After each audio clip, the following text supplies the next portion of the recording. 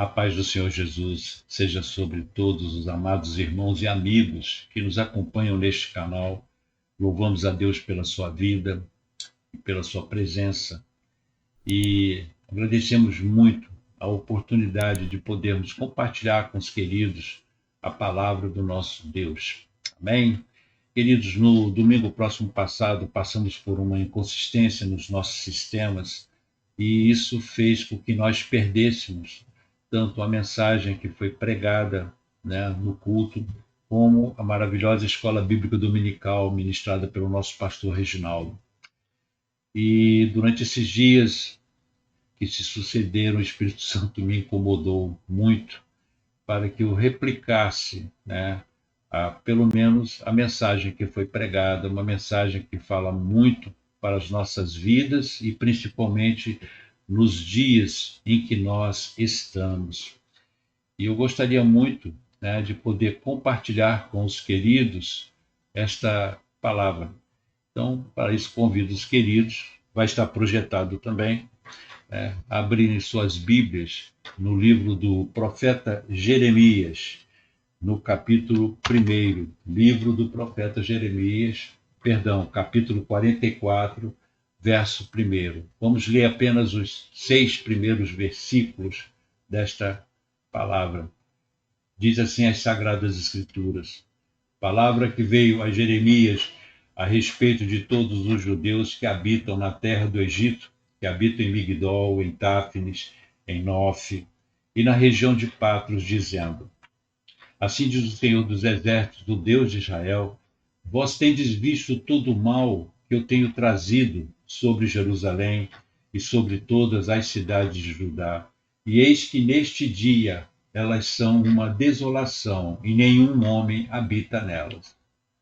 Por causa da perversidade que cometeram para me provocar a ira, indo queimar incenso para servirem outros deuses, a quem eles não conheceram, nem eles, vós, nem vossos pais. Contudo, eu enviei a vós todos os meus servos, os profetas, madrugando e enviando-os, dizendo: ó, não façais estas coisas abomináveis que eu odeio. Porém, eles não escutaram, nem inclinaram os seus ouvidos para se desviarem da sua perversidade, para não queimarem incenso a outros deuses. Por isso derramou-se a minha fúria e a minha ira, e acendeu-se nas cidades de Judá e nas ruas de Jerusalém, e elas foram devastadas e desoladas como neste dia. Queridos, vamos orar antes de meditarmos nesta mensagem.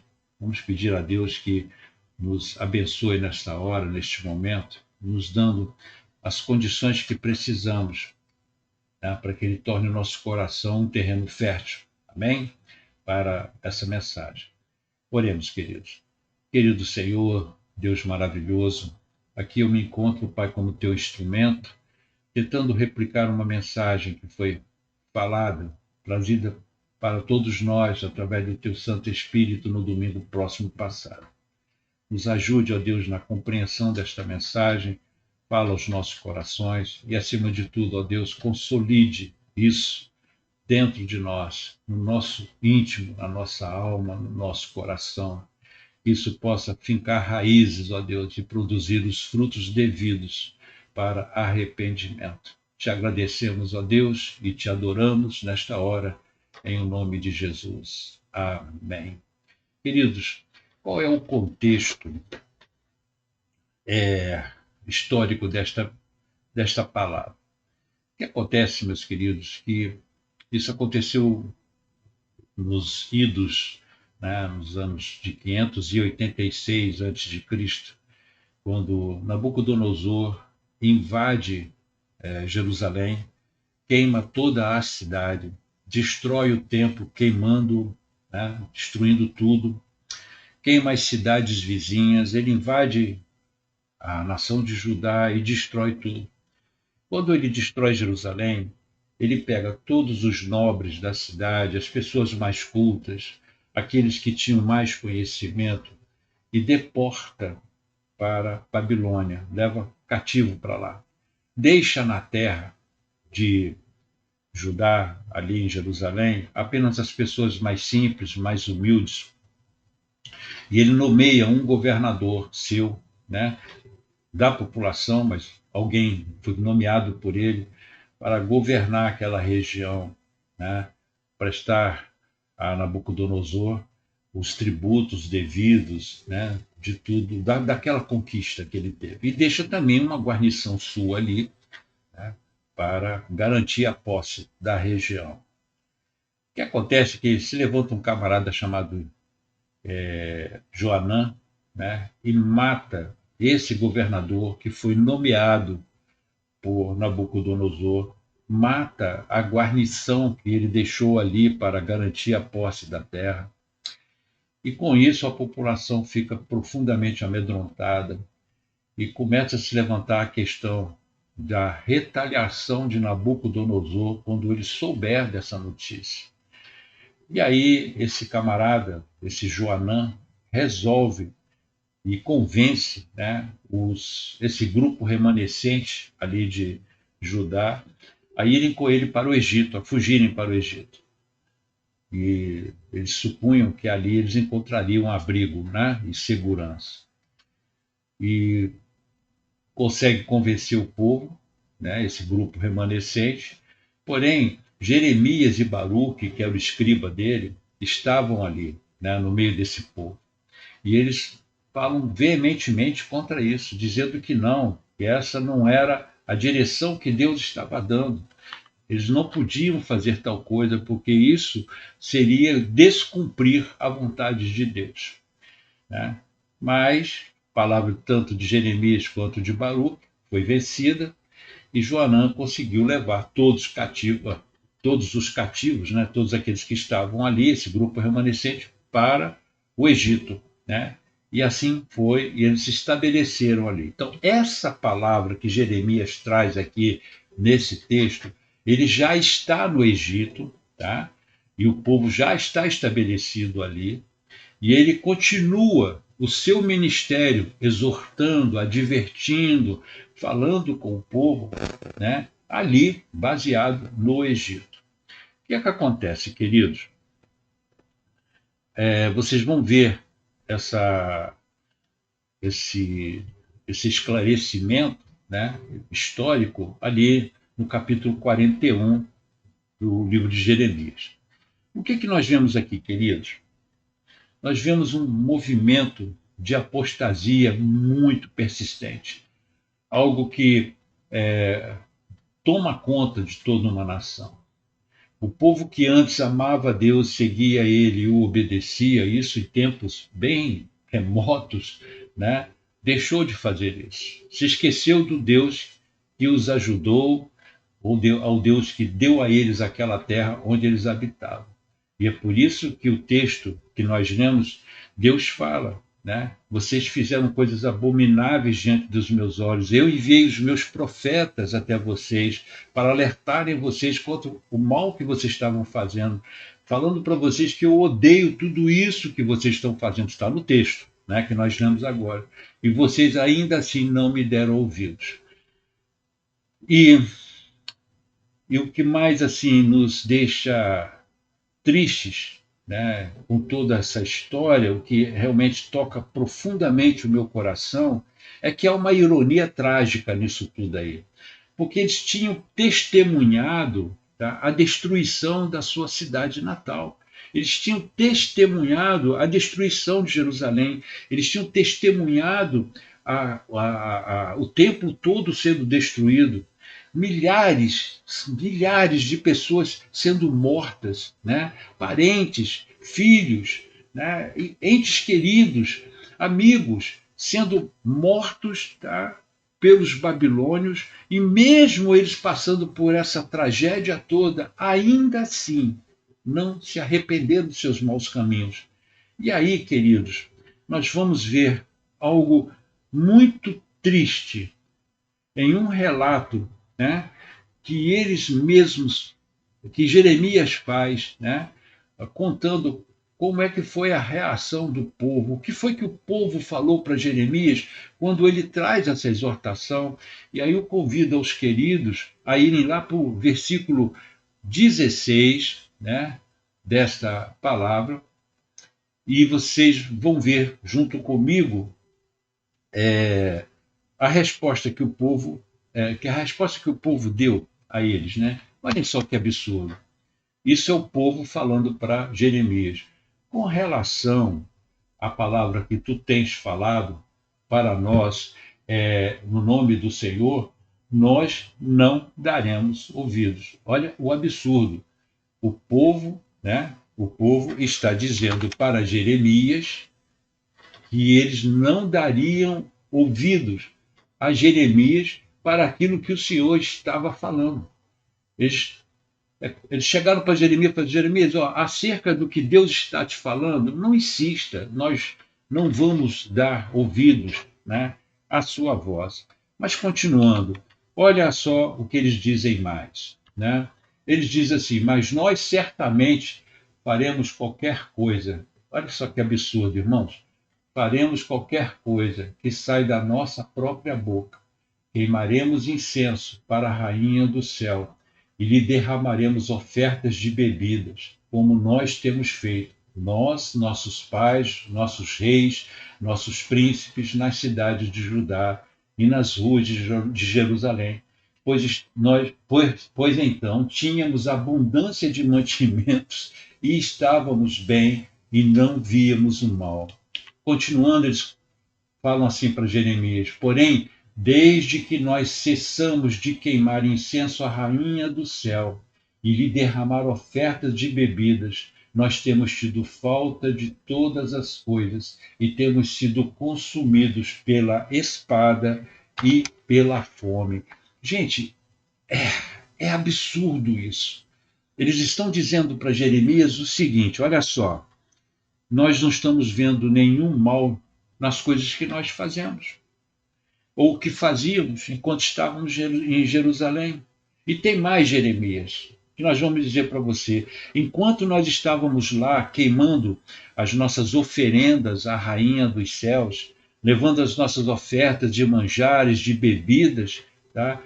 Que os nossos pais já faziam antes, que os nossos reis estavam fazendo, tá?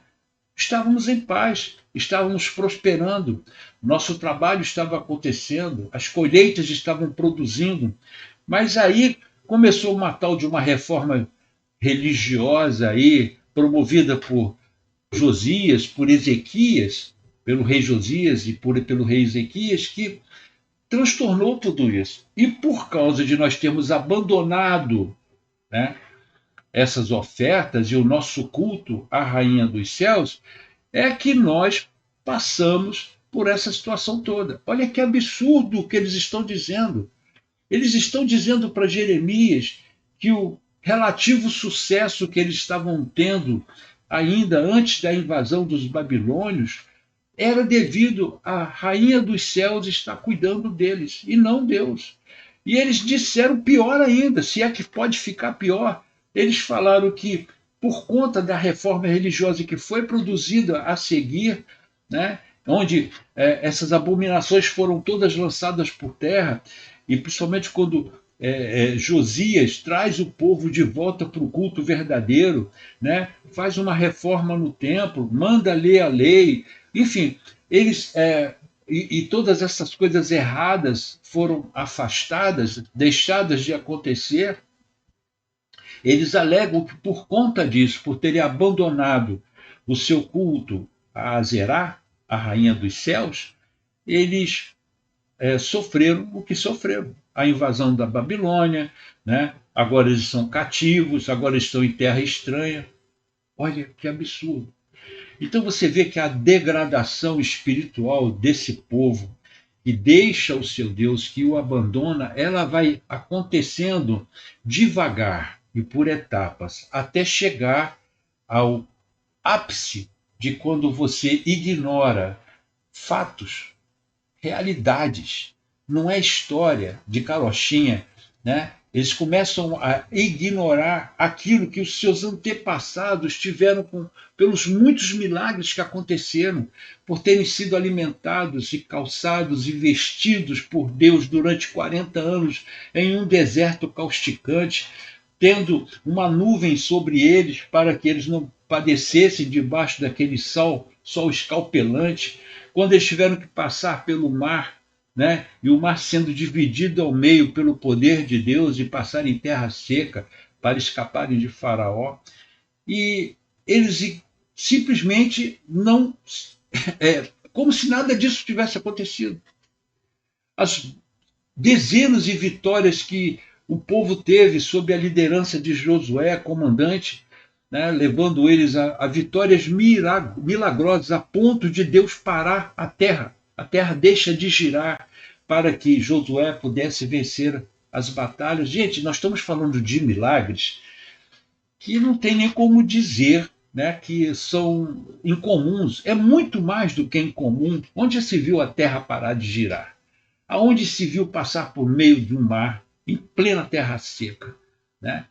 E como é que se pode conceber a figura de uma tocha à noite, que permanecia ali com o objetivo de clarear o lugar onde eles estavam, mas também de aquecê-los, porque o deserto à noite faz um frio descomunal. E tudo isso foi ignorado. E aqui, meus queridos, nós começamos a ver uma apostasia, né, acontecendo. E o mais irônico, como eu falei, de tudo isso, é que eles vieram, né, de uma situação que tinha acontecido há poucos dias, de uma situação onde eles viram o templo sendo todo queimado, a sua cidade queimada, quer dizer, toda a referência que eles tinham de nação, de povo, foi totalmente dizimado, destruído, onde eles viram seus amigos, seus entes queridos, suas famílias sendo mortas pelos babilônios. Eles passaram por isso, mas nem isso os motivou e os levou ao arrependimento. Seus corações estavam obscurecidos, seus corações estavam totalmente longe de Deus, eles estavam insensíveis, né, a qualquer possibilidade de arrependimento. E aí nós vemos uma apostasia no seu mais alto grau, uma apostasia que afastava eles totalmente de Deus. Esta mensagem, essa palavra, né, essa profecia de Jeremias, quando ele exorta o povo, ela nos remete a uma outra palavra, mas só que depois de séculos à frente, quando o apóstolo Paulo pega o seu jovem discípulo, aquele jovem pastor chamado Timóteo, e lá no capítulo 4 de 1 Timóteo, tá, nós lemos algo bem semelhante, onde Paulo ele traz uma advertência para Timóteo. Ele começa a mostrar para Timóteo algo que viria a acontecer num tempo mais distante, né? E aí eu queria ler com vocês o que Paulo fala para Timóteo, 1 Timóteo 4, a partir do verso 1. Tá? Nós lemos assim, queridos: ora, o Espírito expressamente diz que nos últimos tempos alguns deixarão a fé, dando ouvidos a espíritos enganadores e a doutrinas de demônios, falando mentiras em hipocrisia e tendo a sua própria consciência cauterizada com ferro crente. Ainda com suas Bíblias abertas, vamos agora para 2 Timóteo, e aqui no capítulo 3, nós lemos no capítulo 3, nós lemos a partir do verso 1 e depois o verso 13, tá? Que diz o seguinte: sabe, porém, isto, que nos últimos dias, perigosos tempos sobrevirão. E no verso 13, tá? Nós lemos: mas os homens maus e sedutores irão de mal para pior, enganando e sendo enganados. Então, o que nós vemos aqui, queridos irmãos? Ambos os textos, né? Tanto o texto que nós lemos lá de Jeremias, quanto essa advertência que Paulo faz a Timóteo, tá? Eles falam de um mesmo comportamento. esse comportamento de distância de Deus, de se rebelar contra tudo aquilo que Deus fala, de todo o ensinamento das Escrituras. É ignorar, é dizer que aquilo ali foi um engano. Ou seja, mesmo que a pessoa tenha experimentado toda aquela glória de conhecer a Deus, de estar próximo a Ele, tá? Mesmo que essa pessoa tenha tido experiências maravilhosas com Deus, nesse momento essa pessoa simplesmente está rejeitando toda essa experiência. Ela não está mais se importando, né, com aquilo que Deus fez na vida dela. Isso é apostasia. É quando você ignora, é quando você abandona, é quando você diz que tudo aquilo que antes você aprendeu não tem validade alguma, foi um engano, está errado. Então, os textos, eles mostram, no caso da nação de Judá, todo esse comportamento, tá, que levou o povo a uma distância de Deus tamanha que os tornou insensíveis à voz de Deus. Eles chegam para Jeremias e dizem: olha, não importa o quanto você fale, nós não vamos te escutar. Preste atenção, está lá no texto, tá, de Jeremias, capítulo 44, lá no verso 16, 17 e 18. Está dizendo exatamente isso. O povo está dizendo: não adianta você ficar insistindo conosco, nós não vamos te ouvir. E eu vou te dizer mais, Jeremias. Eu vou te dizer que enquanto nós servíamos a Azerá, a rainha dos céus, nós não passávamos pelas lutas que estamos passando agora, pelos infortúnios que nós estamos vivendo, porque a Azerá cuidava de nós. Olha que absurdo, olha que coisa louca. Paulo está dizendo que nos últimos dias, tá, os homens dariam os seus ouvidos, né? Ou seja, inclinariam os seus ouvidos a doutrinas de demônio. Por conta disso, os tempos seriam extremamente difíceis para aqueles que querem servir a Deus com integridade de coração. Porque o mundo seria totalmente transtornado pelas heresias, pelos ensinos falsos, pelos muitos e muitos falsos profetas que viriam sobre o mundo. E esses dias são esses nossos dias que estamos vivendo. Muitos estão abandonando a fé, muitos estão largando Deus, muitos estão rejeitando as experiências que tiveram outrora. Tem gente que viveu experiências profundas com Deus, profundas. Eu conheço algumas pessoas assim, mas que hoje ignoram Deus de todas as maneiras. Então, esses textos falam de um mesmo comportamento. Tá? A consciência dos indivíduos passou a não ter mais sensibilidade nenhuma. A consciência está anestesiada e mortificada pelo pecado, queridos. Eles perderam o temor de Deus, não sentem mais tristeza pelo erro, pois habituaram-se a afirmar com os lábios o que negam com a vida. O ferro quente que Paulo fala lá em 1 Timóteo 4,2, ele tem duas naturezas. A primeira delas é o seguinte: nos tempos antigos, os escravos eram marcados com a chancela do proprietário, o ferro quente, para dizer: você é minha propriedade. E o que Satanás está fazendo com aqueles que estão rejeitando Deus? Porque não tem jeito, irmãos. A Bíblia é muito clara quanto a isso. Existem dois senhores. Ou nós servimos um e ignoramos o outro, tá? Porque nós não temos como servir aos dois ao mesmo tempo. E a Bíblia é clara quanto a isso. Então, aqueles que rejeitam a Deus passam a ser propriedade de um outro Senhor. E aqui o texto de Paulo, ele nos remete a esse tempo quando os escravos eram marcados com ferro quente, com a chancela do dono, e para dizer: você é meu, você pertence a mim. Você só faz aquilo que eu mando agora. Eu sou dono da sua vida. Eu tenho poder de vida e de morte sobre você. Pararam para pensar sobre isso? Paulo disse que chegariam os dias que as pessoas rejeitariam Deus e passariam a ter a chancela de um outro Senhor. Isso é muito grave, irmãos. É o que está acontecendo. A outra situação que o ferro quente nos remete é que na medicina antiga o ferro quente era usado para cauterizar feridas. Muitos de vocês já sabem dessa informação, tá?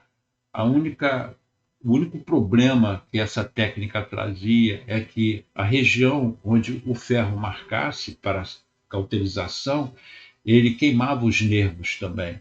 E aí aquela região toda se tornava insensível. Quando Paulo fala das consciências marcadas com ferro quente, fala de consciências cauterizadas. E agora nós entendemos um pouco melhor, né, devido a essa passagem de Jeremias 44, que nos fala sobre isso, de pessoas que antes viveram verdadeiros milagres, milagres únicos na história, mas que hoje, mesmo sendo fato, mesmo sendo verdadeiro, mesmo sendo comprovado, eles não se importam com isso. É como se aquilo não tivesse acontecido. Isso é motivado por uma consciência cauterizada. E o que está acontecendo, meus irmãos, nos dias de hoje? A mesma coisa, né? Satanás tem marcado essas pessoas, tem cauterizado as mentes dela, né? E elas, não, por mais que sejam exortadas e por mais que as pregações venham e aconteçam e seja falado nos púlpitos e mesmo que haja insistência dos ensinadores, dos pastores, dos mestres, dos líderes, tentando mostrar ao povo o caminho que é correto, que existe uma eternidade. Eternidade não se compara com os míseros 80 anos que passamos nesta terra. Eternidade é eternidade. Você tira 1 milhão de anos da eternidade, 1 bilhão de anos da eternidade e continua sendo eternidade. Não acaba. No entanto, nesses míseros 80 anos de vida que nós temos, 1/3 desses 80 anos, 24 anos, nós passamos na cama dormindo. Então, são 80 anos menos 24 que passamos dormindo nas nossas camas. Então, nós vivemos, de fato, 50 e poucos anos. 56 anos.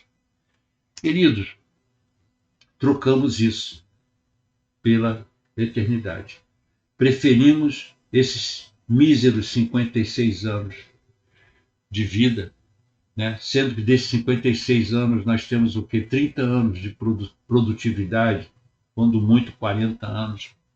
Né? Os outros anos é como Davi fala, canseira e enfado, né?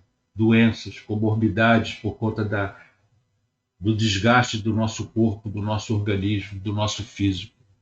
Nós trocamos isso, irmãos. Preferimos viver essa vida medíocre que nós temos aqui, tá? Em troca, tá? Simplesmente desprezamos as promessas de Deus e o que a eternidade vai nos trazer, ou vai trazer para aqueles, para os salvos, para aqueles que são fiéis. Aqui em 2 Timóteo, né? Continuando aqui em 2 Timóteo, capítulo 3, verso 13, capítulo 3, verso 13, nós lemos o seguinte, querido: mas os homens maus e sedutores irão de mal para pior, enganando e sendo enganados. Diante de um diagnóstico desse, né, de que o mundo e que os homens vão de mal a pior, ou seja, a palavra de Deus está nos afirmando, ela não está sugerindo, ela está nos afirmando. Este mundo ele caminha num processo de degradação moral, estrutural, a passos largos, né? Está a caminho de um precipício, de uma destruição. É o diagnóstico desse mundo, é o que a palavra de Deus diz. E aí a pergunta que fica é: como é que um cristão pode viver em um mundo degradado moralmente, cheio de pecado, inundado de pecado? Né? Como é que um cristão pode viver em um mundo assim, de forma íntegra, agradável a Deus? Né? devemos viver acuados? Será que é isso? Será que devemos ficar escondidos do mundo com medo? Será que é isso? É? Nos isolarmos da sociedade, irmos lá para uma terra remota, um sítio, nos escondermos no meio do mato. Será que essa é a proposta que Deus tem para nós? Eu sinto dizer que se esta tem sido a nossa atitude, se é isso que nós temos pensado em fazer, é lamentável, porque desconhecemos profundamente o poder da salvação que nos foi outorgada. E é aí, falando disso, salvação. Salvação. A Bíblia diz que nós devemos prestar esclarecimentos àqueles que nos indagam quanto à fé que nós temos. É o que a Bíblia diz. Que você tem que estar sempre pronto, tá, a prestar esclarecimento da fé que você tem. E se alguém chega para você hoje e te pergunta, salvação do que, cara? Do que você está sendo salvo? Né? Do que você está sendo livre? Me explica isso. Muitos vão chegar e vão pela aquela resposta bem coloquial, bem simplista, né? Dizendo, não, sou salvo por Jesus dos meus pecados, eu tenho uma vida abundante agora. Mas eu queria, esse é o meu pensamento, tá? Eu penso assim que é difícil para alguém que tem a mente cauterizada e não tem mais sensibilidade alguma, é entender, tá, que sou salvo dos meus pecados. Para ele não peca. Não foi o que o povo de Israel falou para Jeremias? Olha, quanto àquilo que nós fazíamos antes, não vemos mal nenhum no que nós fazíamos. Tá? O que está de errado nisso? A mesma coisa essas pessoas falarão conosco. Então, se você vai por essa linha de pensamento que não está errada, não estou dizendo que ela está errada, porém, ela é incompreensível para outra parte, fica difícil você passar a mensagem verdadeira. No entanto, nós precisamos fazer, né? Como aqui Pedro nos ensina na sua epístola, 2 Pedro, né? 2 Pedro, no capítulo 3 também, capítulo 3 hoje, tá demais, né? Aqui no verso 10, e aqui nós vemos Pedro dizendo o seguinte, mas o dia do Senhor virá como ladrão de noite, no qual os céus passarão com com estrondo, e os elementos hão de derreter com calor intenso, e a terra e as obras que nela há se queimarão. Visto então que todas estas coisas serão dissolvidas, que tipo de pessoas deveis ser em toda santa conversão e piedade, aguardando e apressando-vos para a vinda do dia de Deus, quando os céus em fogo serão dissolvidos e os elementos ao calor fervente derreter-se-ão. O que Pedro está dizendo aqui, meus queridos e amados irmãos? Ele está falando simplesmente o seguinte, né? Que esta terra já está condenada. Ela já está condenada. Nós vivemos em um planeta que geme, onde a natureza, a própria Escritura, se não me engano, em Romanos capítulo 8, tá, fala sobre isso. Paulo dizendo que a terra geme aguardando a redenção dos filhos de Deus. E como é que a terra geme? Ela geme produzindo todos esses cataclismas que nós estamos vendo praticamente todos os dias, tsunamis, tempestades, né?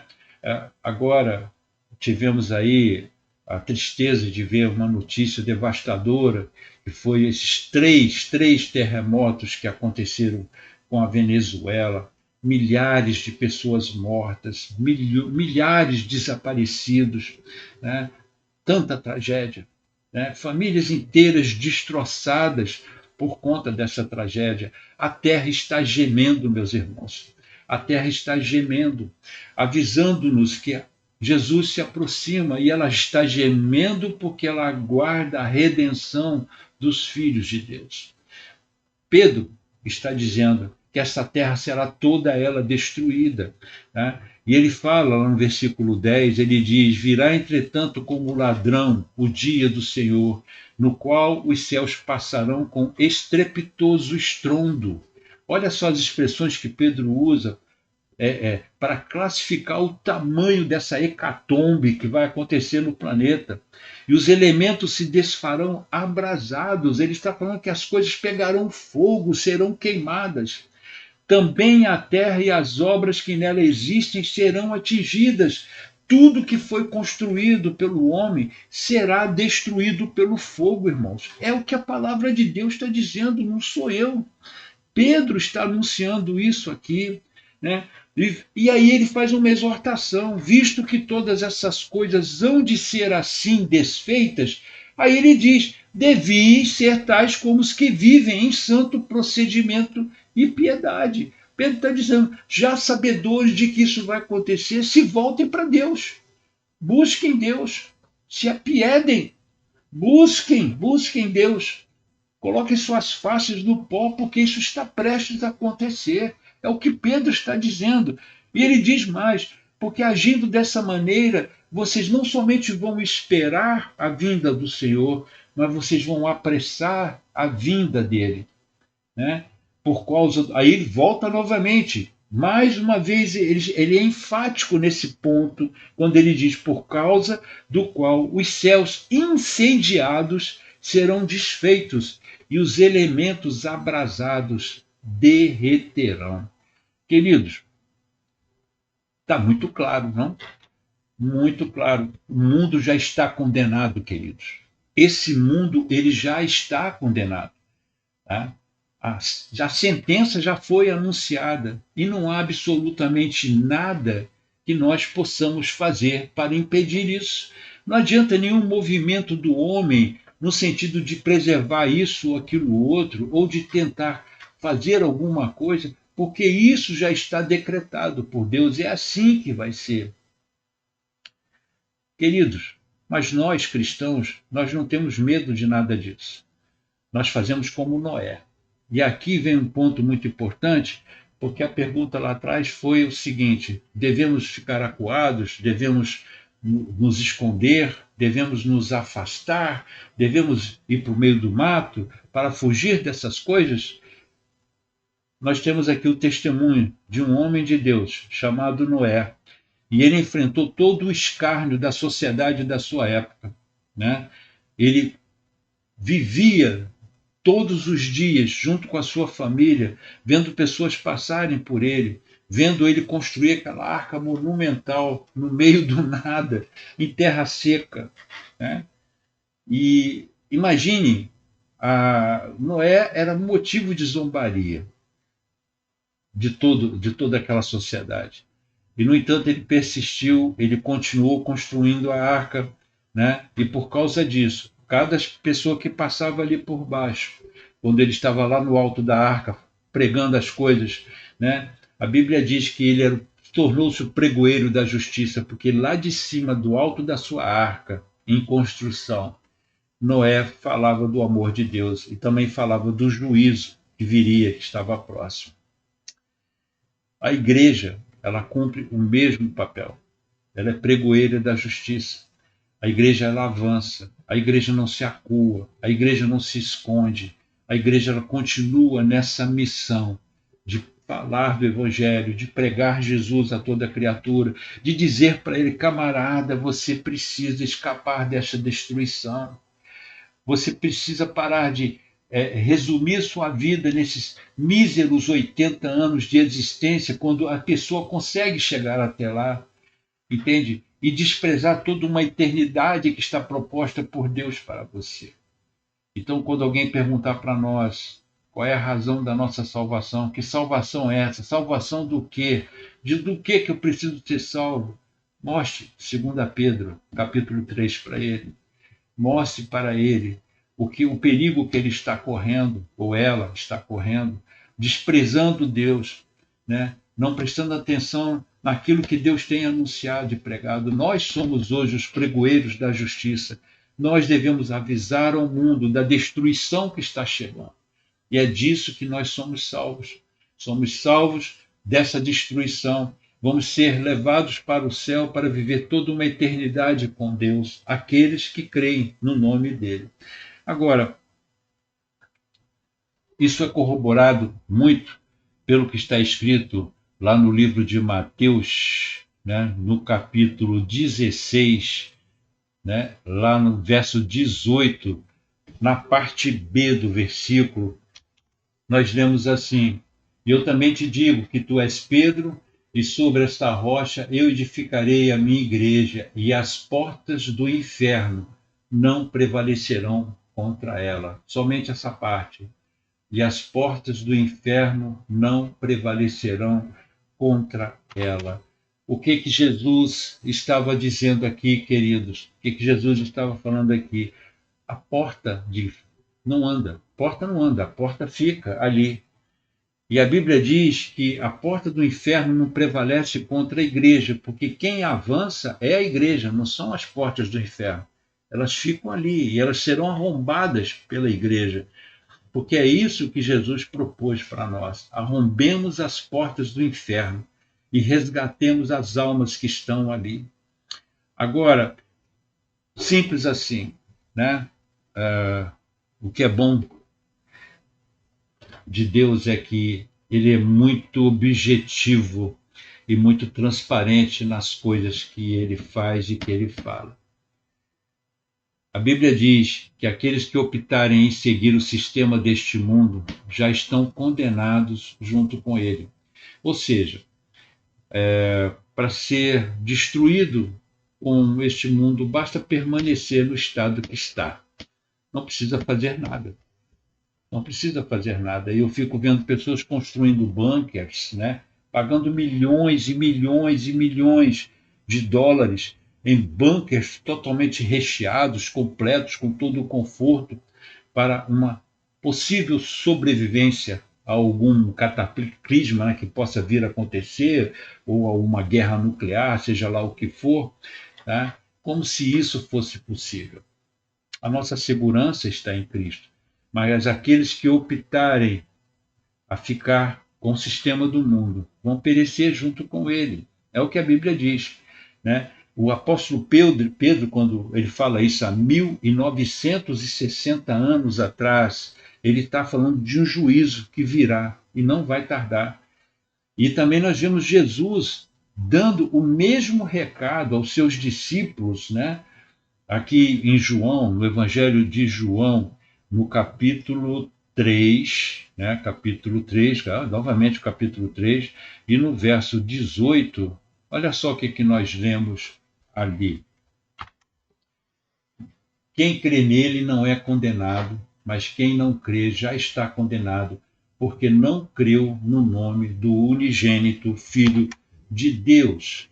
Então pare para pensar, Jesus está dizendo para todos nós que quem não crê nele, quem não crê nestas coisas que já estão anunciadas na palavra, naquilo que está sendo pregado aqui nesta mensagem, já está condenado, não precisa fazer nada, é só permanecer com os mesmos pensamentos que já tem, né? Ou desprezando Deus da forma como está sendo desprezado. Basta continuar fazendo as mesmas coisas e essa pessoa já está condenada. Bom, irmãos, agora sim, sabedores que a salvação, a nossa salvação, são destas coisas. É Deus nos tirando, né, nos levando para si, para vivermos a eternidade toda com Ele, nos livrando de todo esse juízo que virá sobre a terra. E já sabedores do poder dessa salvação que opera em nós, né? Como é que a gente consegue viver, então, uma vida santa, uma vida íntegra, neste mundo totalmente corrompido? E a resposta está, de novo, em 2 Timóteo, vamos lá para 2 Timóteo, no capítulo 3, tá? E nós vamos ler lá no verso 14 e no verso 15, tá? Essa resposta. E com isso, já chegamos à parte final dessa reflexão, com uma conclusão. Então, olha só o que diz a palavra de Deus. Tu, porém, permanece nas coisas que aprendeste e de que foste assegurado, sabendo de quem as tens aprendido, e que desde criança sabes as santas escrituras, que são capazes de fazer-te sábio para a salvação pela fé que há em Cristo Jesus. É tão importante essa palavra de Paulo a Timóteo que eu vou ler novamente. Tu, porém, permanece nas coisas que aprendestes e de que fostes assegurado. Prestem bastante atenção no que Paulo está dizendo para Timóteo aqui. Ele manda Timóteo permanecer nas coisas que ele aprendeu e nas coisas que ele diante das fontes seguras que ele teve, sabendo de quem tens aprendido. E fala para ele que desde criança sabes as santas escrituras, que são capazes de fazer-te sábio para a salvação pela fé que há em Cristo Jesus. Vamos tentar entender melhor o que Paulo está dizendo aqui. Ele está falando de duas coisas. Duas coisas. E essa é a parte final desta mensagem e é a nossa parte prática. É a parte prática diante de tudo que foi exposto. Agora chegamos àquela parte que é a parte da aplicação daquilo que foi falado. A primeira coisa que Paulo fala para Timóteo é permanecendo naquilo que foi aprendido de fonte segura. Paulo está dizendo para Timóteo assim, permaneça naquilo que você foi instruído. Não se desvie do que você já aprendeu. Não, não siga modismos, não siga novidades. Permaneça nas coisas que você aprendeu. Porém, ele bota uma vírgula enorme aí, ó, vírgula. Aquilo que você aprendeu de fonte segura. Vou repetir. Paulo está exortando Timóteo, dizendo para ele permanecer naquilo que ele aprendeu, não considerar os modismos, não considerar as coisas novas que estão aparecendo, mas permanecer naquilo que ele aprendeu, que veio de fonte segura. É isso que Paulo está dizendo para Timóteo. É a primeira lição que ele dá a Timóteo. São duas. Essa é a primeira. Então vamos entender o que é uma fonte segura. Segundo a definição clássica, uma fonte de conhecimento segura é qualquer recurso ou documento que fornece informações precisas, baseadas em evidências sólidas, garantindo a legitimidade do conteúdo. Percebem? É uma fonte que fornece informações precisas, baseadas em evidências sólidas e que garantem a sua própria legitimidade. E quais são as características de uma fonte segura? Primeira, a autoria declarada. Toda fonte segura, ela tem uma autoria, ela tem alguém que se responsabiliza por aquela informação.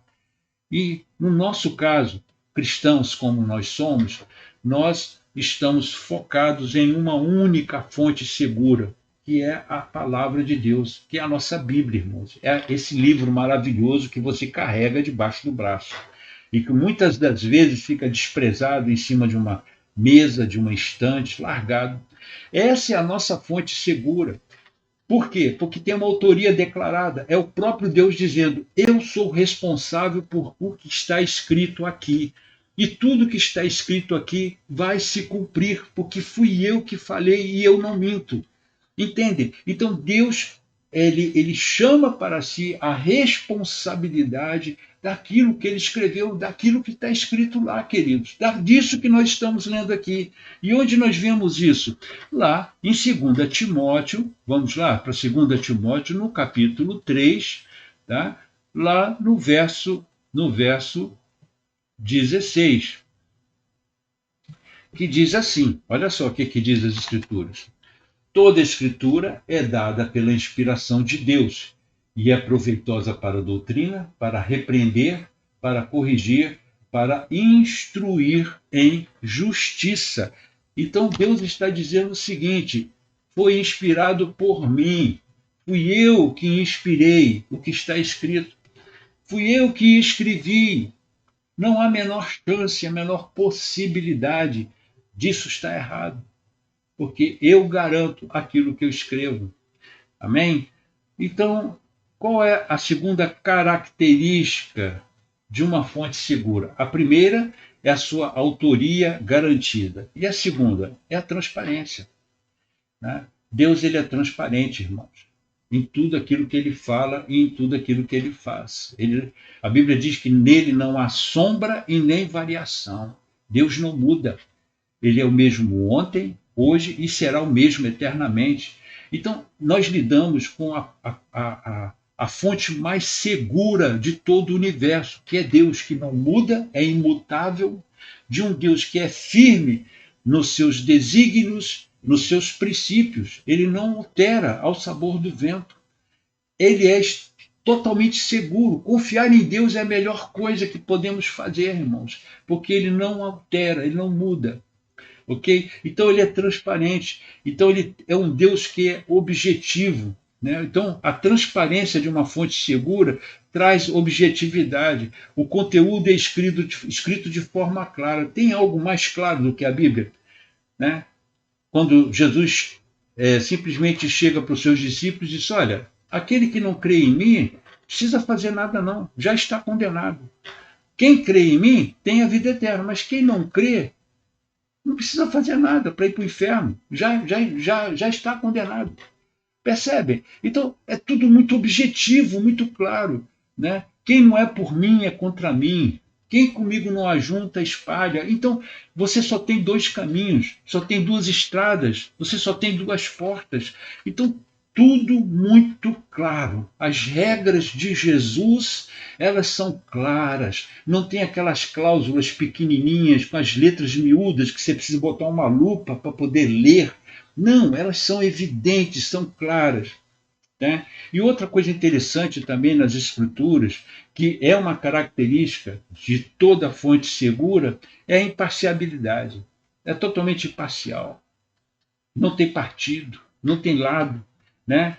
Os dados e fatos são separados de opiniões.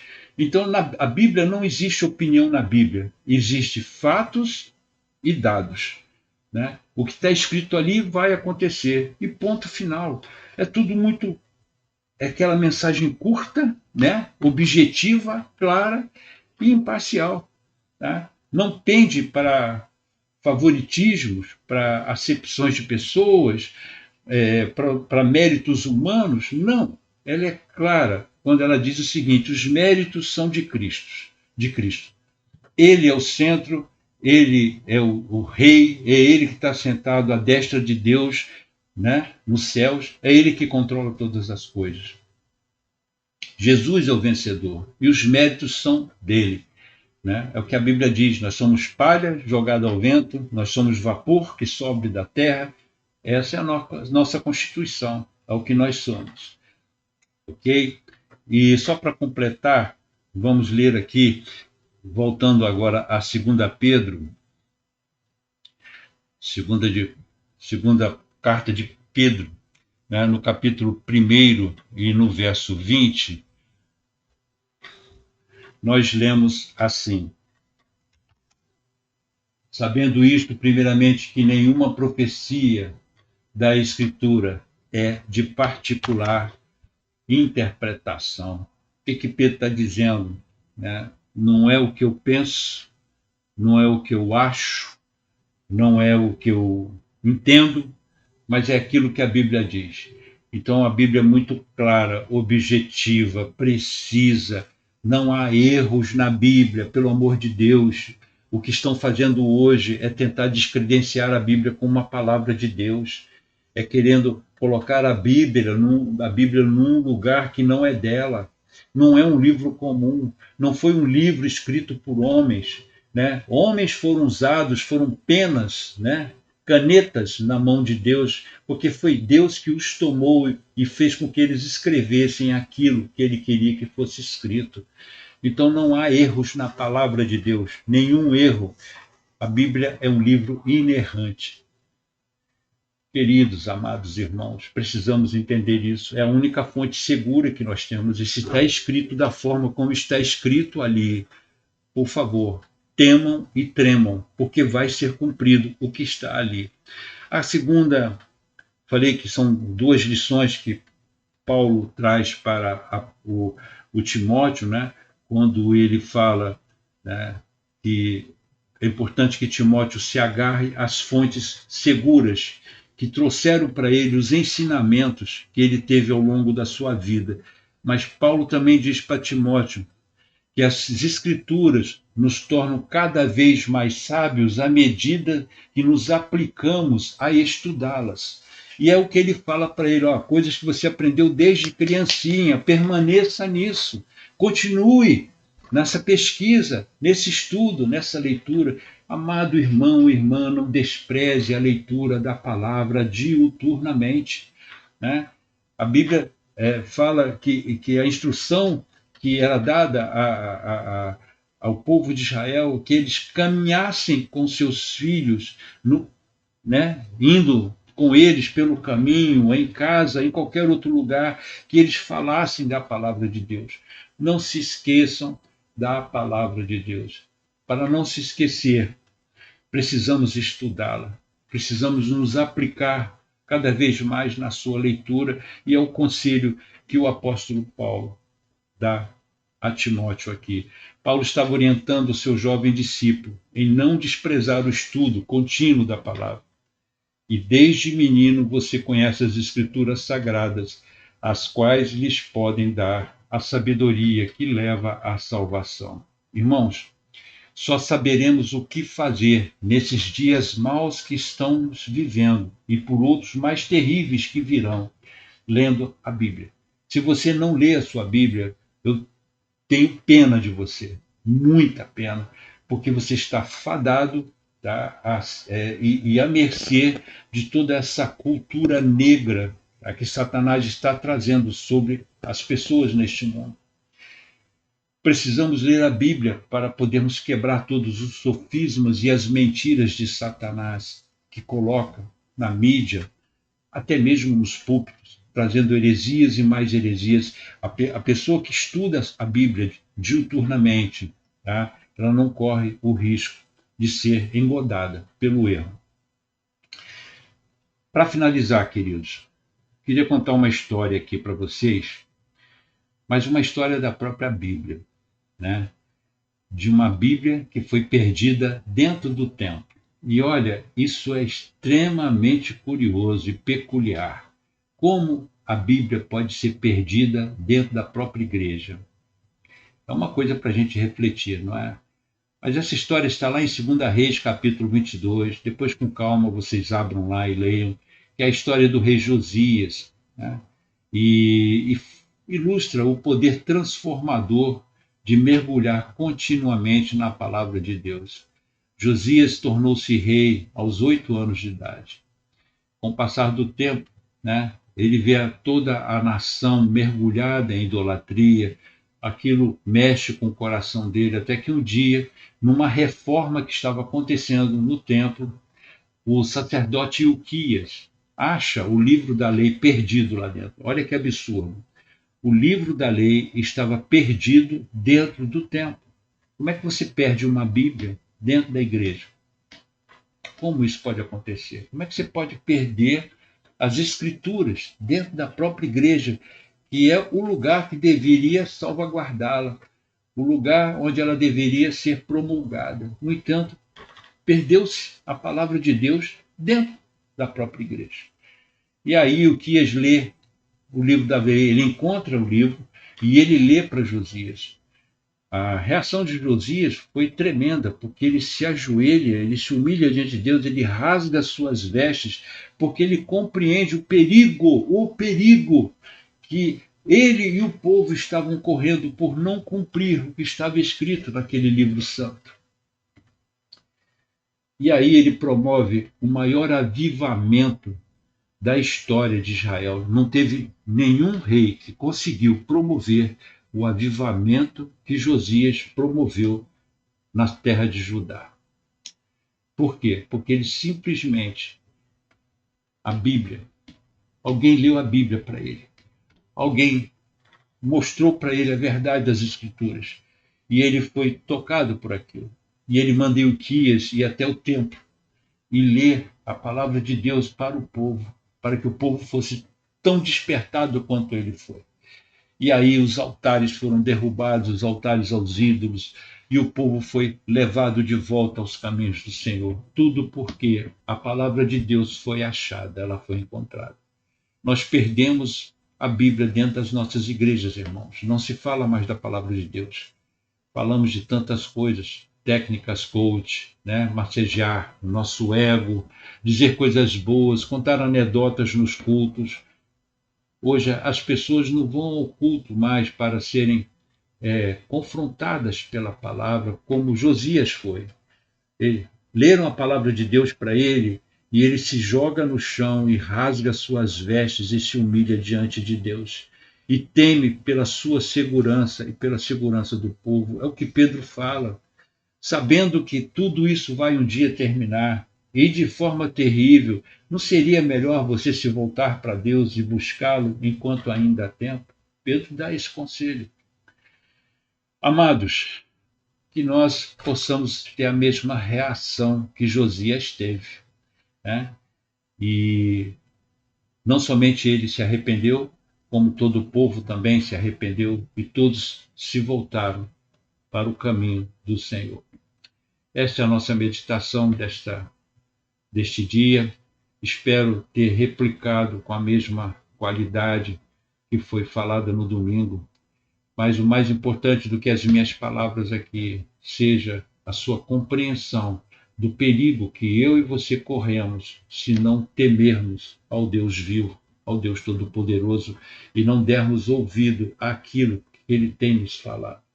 Aqueles que não escutarem, fazer como a nação de Israel fez, de Judá falou para Jeremias, dizendo: olha, não importa o que você fale, eu não vou te dar ouvidos, eu não vou escutar a sua voz, eu vou continuar fazendo o que eu estava fazendo.